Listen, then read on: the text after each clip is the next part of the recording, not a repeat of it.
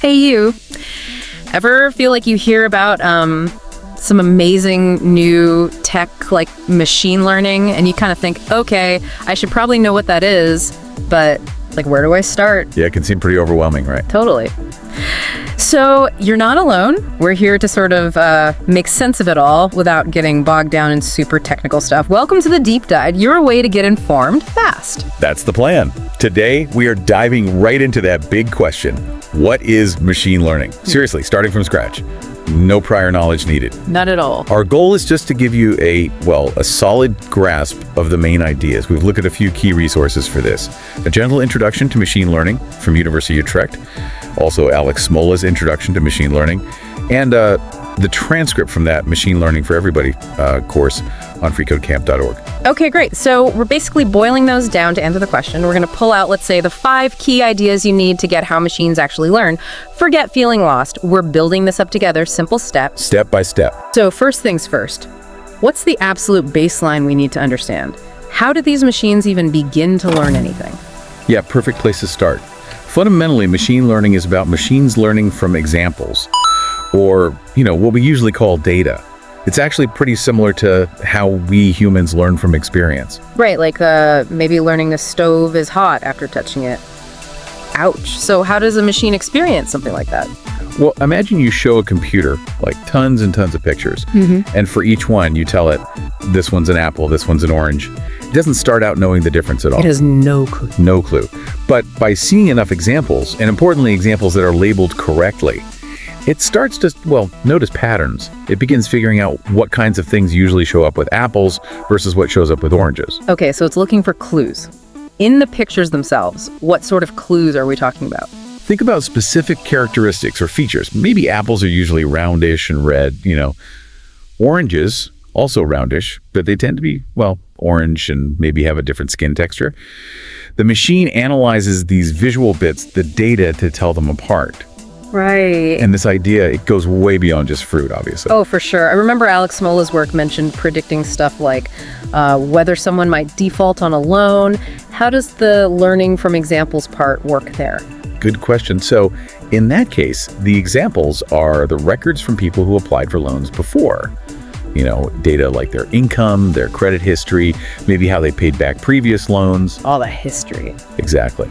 By looking at all that past data, the machine learning system can start to spot patterns that might indicate a higher or lower risk of defaulting for someone new who applies.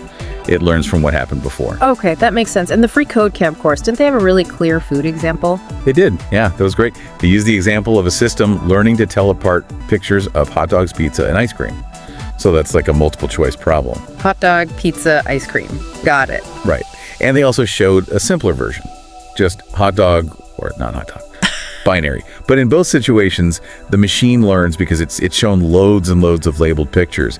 And the key thing is the more examples it gets to see, the better it generally gets at identifying them correctly. Yeah, that feels intuitive. More practice makes perfect, kind of. The University of Utrecht source even mentioned this with movie recommendations, didn't it? It wasn't just movies you watch, but maybe your age or your job even. Exactly right. The more information the system has, your watch history, your demographics, other background stuff, the more detailed its understanding can be, and so the better its recommendations can get. So more data is better? Generally, yes. As the Utrecht source kind of put it, the more you know, the better. It really highlights how crucial both the amount and the quality of data are for learning effectively. The saying garbage in, garbage out. Oh, yeah. If the starting data isn't good or isn't relevant, the learning won't be very good either. Okay, got it. So, concept 1. Machines learn from data, from examples. But what exactly are they looking for in all that data? Which I guess brings us to our second idea, finding patterns, or what you called features. Right. So machines aren't just like staring blankly at the data. They're actively trying to find meaningful patterns within it. And these patterns, these are what we call features. Features. Yeah, think of features as the key characteristics or attributes in the data that help the machine make sense of what it's seeing or analyzing. Can you give us a really concrete picture? That example from the Free Code Camp video with the pluses and minuses on a graph? That seemed helpful. Yes, that's a perfect simple example. They showed points plotted out. Let's imagine one axis, say the horizontal line, represents how many kids someone has. Okay, number of kids. Right. Then they used plus signs for people who want a car and minus signs for people who don't. In this super simple case, the number of kids is a feature. The machine learning system tries to figure out if there's a connection there. Like maybe people with fewer kids are more likely to have cars, or maybe it's the opposite. It looks for that relationship.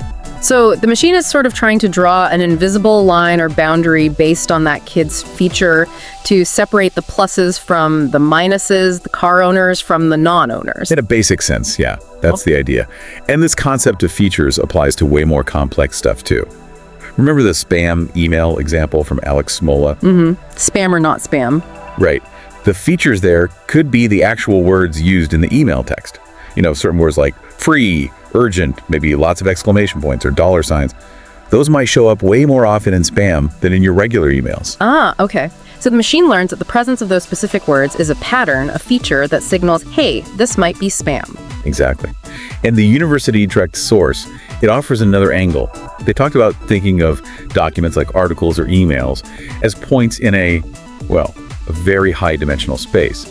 It sounds complex, but the idea is that each different word is like a direction in that space. Oh, okay. So a whole document is just a point located somewhere in that massive word space. But the key takeaway is, again, the individual words are acting as features that help the machine understand the document's topic, or maybe classify it. So figuring out which features actually matter seems really, really important then. If you're trying to spot a pattern, you need to know what part of the picture to even look at. Absolutely critical, yeah. The success of pretty much any machine learning system relies heavily on identifying and using the features that are most relevant to the actual problem it's trying to solve. Okay, makes sense. We've got data, examples, and the machine finds patterns, features in it. What does it actually do with those patterns once it finds them? That feels like the next step. Our third concept, making predictions using something called a model. So what exactly is a model here? All right, so once the system has learned these patterns from the data, it builds what's called a model. You can think of the model as like a summary or a representation of everything it has learned from the data. It captures the patterns the machine found. Okay, a representation. And the whole point of this model is that it can then be used to make predictions or decisions when it encounters new data it hasn't seen before. So going back to our apples and oranges, the model is basically what the machine built in its mind, metaphorically speaking, about what makes an apple and an orange, based on all those pictures. Precisely. After seeing tons of examples, the model holds those learned patterns, maybe red and roundish equals likely apple, orange and dimpled equals likely orange. Then you show it a new picture, one it wasn't trained on, and the model uses those patterns to predict, okay, this looks more like an apple. And with the spam emails, the model has learned which words or other features are strong indicators of spam. So a new email comes in, the model checks it for those spammy features and makes a prediction. Yep, probably spam, or nope, looks legit. That's the core idea. And remember that really simple line we talked about in the free code camp example. Separating car owners based on number of kids. Yeah, the line on the graph. That line is a model. A very, very simple one, but it's a model nonetheless. It represents the rule the machine learned. They also mentioned that models can get much more complicated, like things called neural networks. These can handle really complex patterns by taking in lots of inputs and producing an output, a prediction. Neural networks, okay. Sounds complicated. They can be, but the basic idea is the same. And there's often a trade-off. You know, a super complex model might learn very detailed patterns, but it can sometimes be harder to understand why it's making the predictions it makes. Sometimes a simpler model is better if you need to explain the reasoning. Interesting. So the model is like the finished tool built from the learning that the machine uses to make an educated guess, a prediction about new things. That's a really good way to put it, yes. An educated guess based on past data. All right, step 3. Models make predictions. So the machine learns from data, finds features, builds a model. But how does it actually get better? How do those predictions improve? Which I think is our fourth key idea. These things called learning algorithms, what are they actually doing? Yeah, this is where the learning really gets active. Learning algorithms are essentially the methods, the procedures, the techniques that machines use to tweak and refine their models. They do this based on getting more data or getting feedback on how well they did. Feedback. Right. It's a process that allows them to improve their predictions over time, to actually learn. The free code camp transcript mentions something about loss. That sounds negative. What's loss? Well, it is something you want to minimize. Loss is basically a score that measures how wrong a model's predictions are. Think of it like a student taking a practice quiz. The loss is like the number of questions they got wrong. Okay, so higher loss means more wrong answers. Exactly. If the model predicts apple, but the picture was actually an orange, that's an error. The loss function calculates a penalty, a number representing that error. Learning algorithms then work to adjust the model in ways that make that loss number go down over time. They try to minimize the errors. So it's like the machine is constantly getting its work marked, seeing where it went wrong, and then tweaking its internal understanding, its model, to try and get fewer wrong answers next time. That's a great analogy. It's an iterative process of predict, check the error, loss, and adjust the model. And they also talked about using validation sets. It's really important. Validation sets. Yeah, this is a chunk of data that the model didn't see during its initial training phase. It's held back. Then you test the trained model on this validation set. It's like giving the student a final exam with questions they've never seen before. Okay, why do that? It checks if the model has truly learned the underlying patterns, or if it just sort of memorized the answers for the specific examples it was trained on. You want the model to generalize well to new, unseen data. Validation helps ensure that. That makes total sense. You don't want it to just ace the practice quiz but fail the real test. It needs to learn the concepts. And I think the University at Utrecht source had something similar about updating a probability distribution over all possible hypotheses as more data comes in. Sounds fancy, but maybe it's related. It's definitely related. That's a more technical way of describing a similar idea. It implies that the model's belief about the right patterns isn't fixed. As it gets more data, more evidence, the learning algorithm updates the model, essentially refining its understanding, making it more confident about the correct patterns and less confident about incorrect ones. It's a continuous refinement. Okay, cool. So learning algorithms use feedback, like minimizing loss and things like validation sets to help the model continuously improve and generalize. Right, we're nearly there. Our fifth and final fundamental concept. It sounds like machine learning isn't just one single thing. It can solve different kinds of problems, right? Different types of learning or tasks. Absolutely. That's one of the most powerful aspects. Machine learning is incredibly versatile. We've actually talked a lot about one major type already. Classification. Right, classification. It's all about predicting which category something belongs to, like apple or orange, spam or not spam, hot dog, pizza, or ice cream. You're assigning a label or a class. Okay. And the Free Code Camp course, they mentioned another one, regression. How is that different? Yes, regression is another really common type. Instead of predicting a category label, regression is about predicting a continuous numerical value, a number. A number, okay. Their example was predicting how many bikes might be rented based on the day's temperature. You're not predicting high demand or low demand, which would be classification.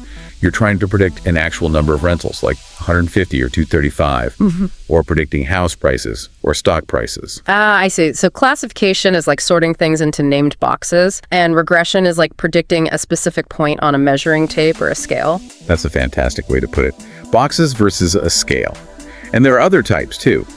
The University Utrecht source, mentioning movie recommendations. That falls into a broad category, often called, well, recommendation systems. Suggesting things I might like. Exactly. They learn your preferences from your past behavior, what you watched, what you rated, and then suggest other items they predict you'll also enjoy. It's another kind of prediction task. So, wow, okay, can sort things, predict specific numbers, recommend stuff. It seems like these tools can be applied to a huge range of problems. They really can. And the amazing thing is, the core principles we've discussed, learning from data, finding those features or patterns, building models to capture them, and using algorithms to refine those models, these ideas are the foundation under all these different types of tasks. The specific math or algorithms might change depending on the job, but the underlying concepts, they stay the same. Okay, wow. Let's try and wrap that all up then. We took a deep dive into what is machine learning and pulled out 5 big ideas. First, it all starts with learning from examples, the data. The data. Second, the machine has to identify patterns or what we called features within that data, key characteristics. That's right. Third, based on those patterns, it builds a model, which is like its summary of what it learned, used to make predictions. The predictive tool. Fourth, it uses learning algorithms to get better, refining the model using feedback, trying to minimize errors or loss. Continuous improvement. And finally, fifth, There are different types of learning tasks it can tackle, like classification, sorting, regression, predicting numbers, recommendations, and probably others too. That's an excellent summary. And maybe the biggest takeaway is that machine learning lets machines figure things out from data, make smart decisions or predictions, without someone having to write explicit code for every single possible scenario they might encounter. They find the rules themselves. It really is a huge and frankly fascinating field. Hopefully this deep dive has given you, listening, a really solid starting point, a good foundation. Absolutely. And maybe a little challenge for you as you go about your day. Start noticing where these ideas might be at play. The product suggestions you see online, the way your phone organizes photos, the spam filter in your email. And that's often machine learning working behind the scenes. It's everywhere once you start looking. It really is. Maybe thinking about these 5 concepts helps you see it. And perhaps this chat sparked your curiosity about one area in particular. We definitely encourage you to explore more. It's a world that's changing all the time, and there's always something new to learn. Definitely good food for thought. And stay tuned for more deep dives into other fascinating topics. Thanks so much for joining us.